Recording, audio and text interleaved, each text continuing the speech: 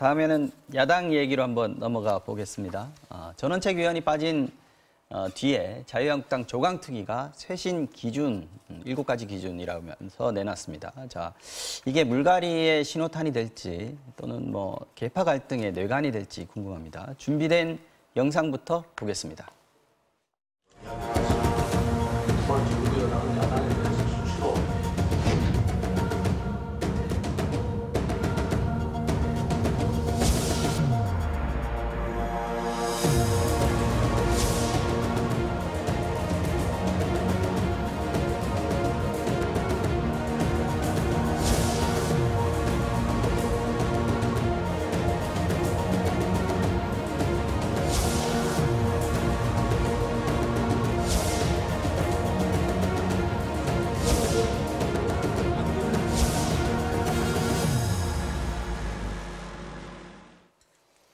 네, 자유한국당이 2016년 총선 때 진박 감별사를 자처했던 친박계 의원들 우선 쇄신 대상자로 꼽았습니다. 이 의원님, 뭐 계속해서 남의 당 얘기만 하는 것 같긴 한데요. 어쨌든 바른미래당과 연결이 돼 있습니다. 지금 한국당이 처한 상황에 대한 책임이 여러 군데에 있을 텐데 그중에서도 특히 제일 먼저 꼽을 것은 진박 감별사 자처했던 핵심 친박 의원들이다. 지금 한국당 지도부는 이렇게 보고 있는 것 같습니다.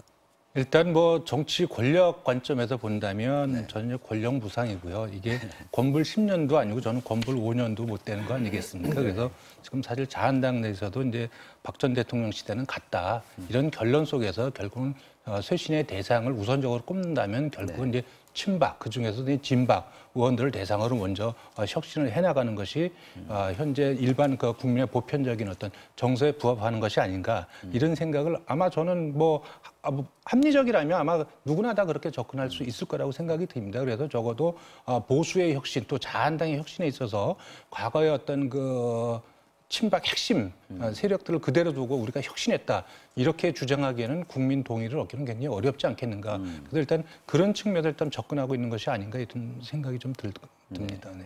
김 의원님, 뭐 당연한 얘기겠지만 숫자가 많지 않겠습니까? 타겟이 될 의원들 반발 굉장히 심한 것 같은데. 다른 당 일이기 때문에 제가 뭐 숫자가 많다 적다 말씀드리기는 어렵지만 저희 당 지지층에서도 잘 가끔씩 오해하시는 부분이 있는데 보수 쪽에서 저렇게 제대로 된 모습을 못 보이면 저희가 계속 좋은 영향을 받냐면 그렇지 않고 저희도 본다. 근데 반사이익을 보지 않고 오히려 정치 전체가 약해집니다. 저기서 좀 쇄신을 해야 되는데 다만 과거 이제 자유한국당, 새누리당에서 2014년에 했던 조직 강화 특위 이런 것을 보면 인적 쇄신이 당의 쇄신으로 이어지지 못하고 당 계파 싸움만 증폭되는 걸로 이어졌거든요. 그래서 지금 쇄신의 방향은 제가 봐도 뭐 당연한 방향으로 가고는 있는데 이것이 이 당 내에서 합의점을 이뤄나가면서 당이 좀 쇄신돼야 할 것으로 보는데 과연 지금 그렇게 돼 있는지 그건 좀 의문입니다. 물갈이에 칼을 빼들었으면 그 칼이 무서워야 되는데 지금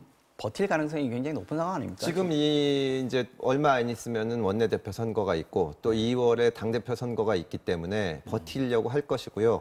다만 그런 식으로 가다 보면은 죽도 밥도 안 된 상태에서 뭐 다시 탄핵을 다시 평가하자 이런 얘기까지 나오고 하면은 당 쇄신이 어려워질 것으로 봅니다. 사실 이게 20대 총선 때를 이렇게 돌이켜 보면은 이 아까 말씀드렸던 진박 감별사들이 활약했던 무대, 영남 뭐 특히 이제 대구 쪽 대표적인 공천 배제 사례가 유승민 의원이었단 말이죠. 한국당이 이번 쇄신의 궁극적인 목표를 이 사람들 쳐내면서 바른미래당 좀 포섭하려고 하는 그런 거 아니냐. 보수 대통합에 대한 첫발걸음 아니냐 이렇게 보는 시각도 있는데 바른미래당 의원으로서 어떻게 보십니까?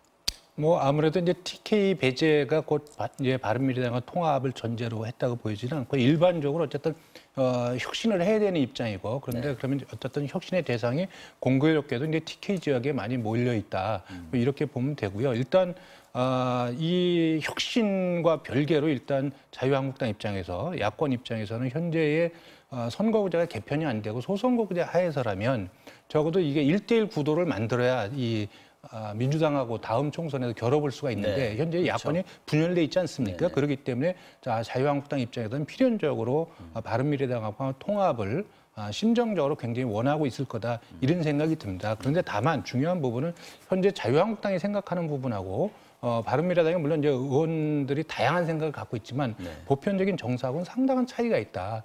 그렇기 위해서 이제 적어도 자유한국당이 혁신을 먼저 우선하고 그 다음에 이제 통합을 이야기해서 그것이 전체적으로 야권 재편에도 효과까지 가져와야 되는데 그래서 옛날 사람 몇몇 모여서 다시 모이자 이런 통합 가지고 바른미래당도 거기에 같이 참여해달라. 이건 바른미래당 입장에서는 도저히 응할 수 없는 그런 구조거든요. 바른미래당 입장에서는 실질적으로 국민의당이 바른정당과 합당했을 적에는 제대로 된 적어도 중도 개혁적인 정당을 만들어서 또 바른정당 의원들 입장에서는 제대로 된 개혁 보수 정당을 만들어서 현재 자유한국당을 대체하자. 사실 이런 목표들이 있었거든요. 그 목표가 지금 좌절됐지만 적어도 야권이 전면적으로 혁신되지 않으면 그 통합은 의미가 없다. 이런 공감대는 다 갖고 있다고 생각을 합니다. 네. 국민의힘 한국당 조광특위가 지금 내세우고 있는 그 쇄신의 기준 지금 7가지를 얘기를 했다고 하는데 우리가 이미 얘기했던 진박공천 연루됐던 분들 그리고 얘기한 게 최순실 박근혜 국정농단의 방조자 그리고 야당으로서 제 역할을 못하고 있는 영남의 다선 의원들 이런 분들을 얘기했단 말이죠. 근데 어떻게 보면은 상당히 많은 숫자가 많은 분들이 겹치는 거 아니냐. 이 쇄신 기준을 놓고 봤을 때는. 그렇다고 본다면은 현대 지도부는 아니지만 이분들이 어쨌든 일정한 세력을 숫자로는 따지기 그렇겠습니다. 일정한 세력을 굉장히 강하게 형성하고 있는 분들이란 말이죠. 이게 이제 당내 갈등만 부풀리고 끝나는 거 아니냐. 아까 좀 비슷한 질문이겠습니다만. 그렇다고 해가지고 덮고 갈 수는 없다고 봅니다. 예를 들어서 바른정당하고 합당 얘기도 이태규 의원님 계시지만 자유한국당 쪽에서도 많이 나오는데 저희가 보면 이태규 의원님을 비롯해서 바른정당 의원님들이 국정감사에서 높은 평가를 받으신 분들도 많고 법사위에서도 오신환 의원님, 최이배 의원님 굉장히 잘하시는데 다만 그것이 바른정당의 뉴스가 못 되고 있거든요. 자유한국당도 지금 계파 갈등 말고는 특별한 뉴스를 못 만들어내고 있습니다. 그런 상태에서 어떤 한번 탈바꿈하는 그런 모습이 없이 저쪽도 세력이 크고 저쪽도 세력이 크니까 이렇게 덮고 또 바른정당도 붙여가지고 이렇게 가자. 그러면 결정적으로 총선 전이라든가 중요한 순간으로 갈등을 미루는 거라고 생각을 합니다. 지금 조금 좀 문제가 있더라도 이걸 해결하고 가고 당을 쇄신하지 않으면 저희도 사실은 어떻게 보면 이태규 의원님 말씀하신 것처럼 정말 총선에서 정책을 놓고 1대1로 진검승부를 하고 싶지 보수 정당이 쇄신하기를 바라거든요. 그런 모습을 좀 보여주셨으면 합니다. 이 질문은 좀 공통으로 한번 드려보겠습니다. 전원책 변호사가 이미 나갔습니다만 오늘 아침에도 라디오 인터뷰에 나와가지고 한국당에 대해서 쇄신은 없다, 마피아만도 못하다 그런 집단이다 이렇게 공격을 하고 있는데 혁신과 대안 포럼이라는 걸 만들겠다. 그리고 여기에는 실제로 현역 의원들 바른미래당과 자유한국당 둘 다 거론을 했습니다. 현역 의원들 5명 이상은 최소한 참여할 것이다라고 얘기했는데 이게 이제 보수 세력의 어떤 대안이 될 수 있을까라는 생각이 들긴 합니다. 어떻게 전망하십니까? 아까도 말씀드렸지만 바른정당에도 저희가 공감할 만한 주장을 많이 하시고 우수한 의정 활동을 많이 하시는 분이 많은데 전원책 변호사님 보면은 예를 들어서 특정인 이름을 얘기해서 죄송하지만 이현주 의원은 보수를 이해하는 분이다 이런 말씀을 하시면서 사실은 자유한국당 쪽에서도 많은 분들이 좀 쇄신하고 인적 청산을 해야 된다고 하는 쪽을 오히려 강조하는 그런 모습을 보이거든요. 그러면 현역 의원 몇 명을 묶어내실 수 있는지는 모르겠지만 그것이 대안 세력으로 성장하기는 어렵다고 봅니다. 어느 정도 무게를 둬야 됩니까, 의원님? 일단 이제 참가자 숫자도 중요하겠지만 몇 면이 과연 그 당에서 적어도 영향력이 있거나 평가를 제대로 받는 의원들이 얼마나 참여하느냐가 저는 굉장히 좀 중요하다고 보고요. 그다음에 또 어떤 가치와 비전을 가지고 모이는 것이냐 이런 부분이 중요하다고 봅니다. 왜냐하면 전원책 변호사께서 전 변호사가 무슨 영향력 있는 현재 차기 보수층의 야권의 유력한 대권 주자도 아니거든요. 그리고 사실 이제 자한당의 공천심사위에 들어갔다가 이제 김병준 비대위원장과 갈등을 빚고 나왔다가 갑자기 이제 그 보수나 야권의 혁신 대안으로 이렇게 자처하고 나오니까 이것이 중도나 합리적 보수 유권자 입장에서 보면 사실 생뚱맞은 측면이 있는 거거든요. 갑자기 이건 뭐지? 저는 그런 측면에서 일단 이건 좀 까봐야 어떤 내용을 가지고 어떤 분들과 같이 하시는지 그걸 보고 나서야 좀 평가할 수 있다 이렇게 보여집니다. 자, 국회에 돌아가는 얘기 좀 해보겠습니다. 지금 예산심사 기한이 지금 보면 2주도 채 안 남았습니다. 근데 지금 소위 구성도 지금 못하고 있는 그런 상황인데 예산안 조정소위에 어느 당이 얼마나 들어가느냐 이 부분 놓고 이제 항상 벌어지는 신경전입니다만 지금 안 되고 있단 말이죠. 이거 왜 지금 이렇게 되고 있는 건지 좀 설명을 좀 해주십시오. 뭐 일단 이 소위가 굉장히 중요하죠. 그 전에 이제 전체 예산 주로 이제 정책 질문, 그래서 전체 예산의 어떤 타당성이나 적정성 부분을 따진다면 이거는 실제로 증액과 감액 문제를 이제 놓고 물론 여기서 안 되면 나중에 따로 이제 정책의장이나 예결위 간사끼리 어떤 비공식 모임을 통해 해결하고 하지만 기본적으로 여기서 이제 대부분의 어떤 그 개수들을 맞춰 나가는 과정이기 때문에 소위 이제 문제 많은 쪽지 예산도 여기서 나오고 또 정부 기관들도 자기들 예산을 지키려고 아주 여기서 최선을 다하는 거죠. 그렇기 때문에 어느 정당에 누가 더 많이 들어가느냐는 그 회의에 있어서 증액과 감액을 결정하는데 굉장히 결정적인 요소라고 생각이 들거든요. 그렇기 때문에 한 명이라도 더 들어가려고 하는데 지금 이제 언론에 보도된 바로는 이제 자한당이 좀 더 많은 지분을 요구한다 이런데 저는 이제 그 문제가 아니라 과거에 이제 우리가 전례가 있습니다. 이렇게 구성된 비율이 있고 그 비율을 따라서 저는 합리적으로 구성하는 것이 좋겠다. 특히 예산, 국민의 세금을 가지고 서로 다 자리 싸움하는 모습 보여주는 것은 저는 국민들이 국회를 불신하나도 또 중요한 하나의 그 사례가 될 수 있기 때문에 이 부분은 저는 여야가 빨리 풀어내는 것이 일단 중요하다 이런 말씀을 드립니다. 한국당이 지금 얘기하는 게 뭐 자기네들 늘려달라는 것도 있지만 민주당이나 바른미래당 정수를 좀 줄여달라.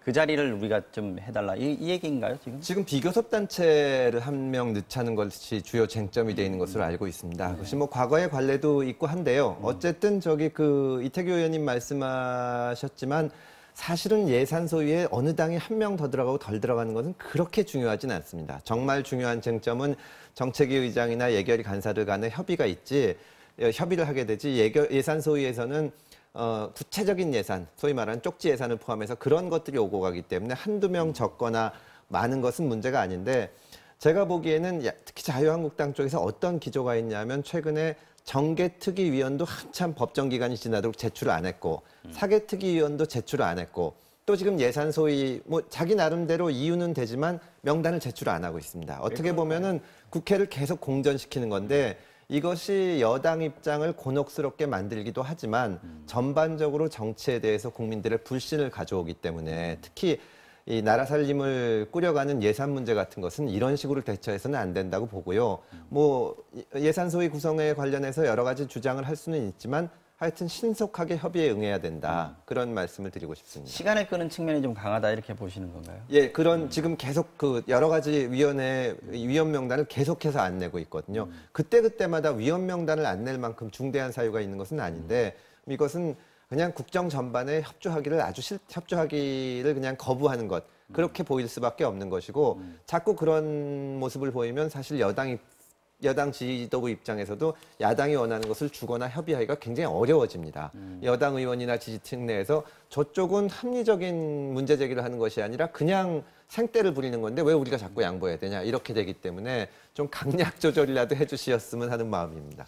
뭐 관련된 게 이제 국회 보이콧 사태인데요. 지금 뭐 서로 오늘도 뭐 만나기로 했는데 좀 결렬이 됐다 이런 얘기 좀 들려오고 있습니다. 지금 이거 어떻게 풀어야 될지 바른미래당 입장에서 좀 얘기를 좀 해주시죠. 글쎄, 뭐 자유한국당 입장에서 굳이 또 이 핑계를 대라면 이런 이제 현재 정부 여당의 어떤 인사 문제가 결국 이제 그 예산 소위 구성하는 데 영향을 미쳤다 이렇게 이야기할 수 있을 것 같고 그건 어느 정도의 좀 타당성이 있다고 봅니다. 왜냐하면 지금 청와대가 인사를 계속해서 강행하고 있습니다. 국회가 부적격하다고 지적한 인사, 환경부 장관이 대표적인 예인데 이게 벌써 7번째입니다. 그래서 국회 청문회 결과를 무시하는 인사가 계속해서 강행이 되고 있고 또 두 번째는 이게 경제부총리하고 청와대 정책실장을 교체했을 경우에는 이게 시장이나 기업이나 또 정책 기조 측면에서 어떤 무게감과 이제 신뢰감 이런 걸 줘야 됩니다. 근데 이 부분을 전혀 못 주고 있어서 그냥 주변 사람 돌려막기 인사다. 이런 부분을 하지 말아달라고 야당이 대통령께 간곡하게 말씀을 드린 바가 있습니다. 근데 이게 인사를 지금 시점에서 되돌리는 거 사실 어렵지 않습니까? 그래서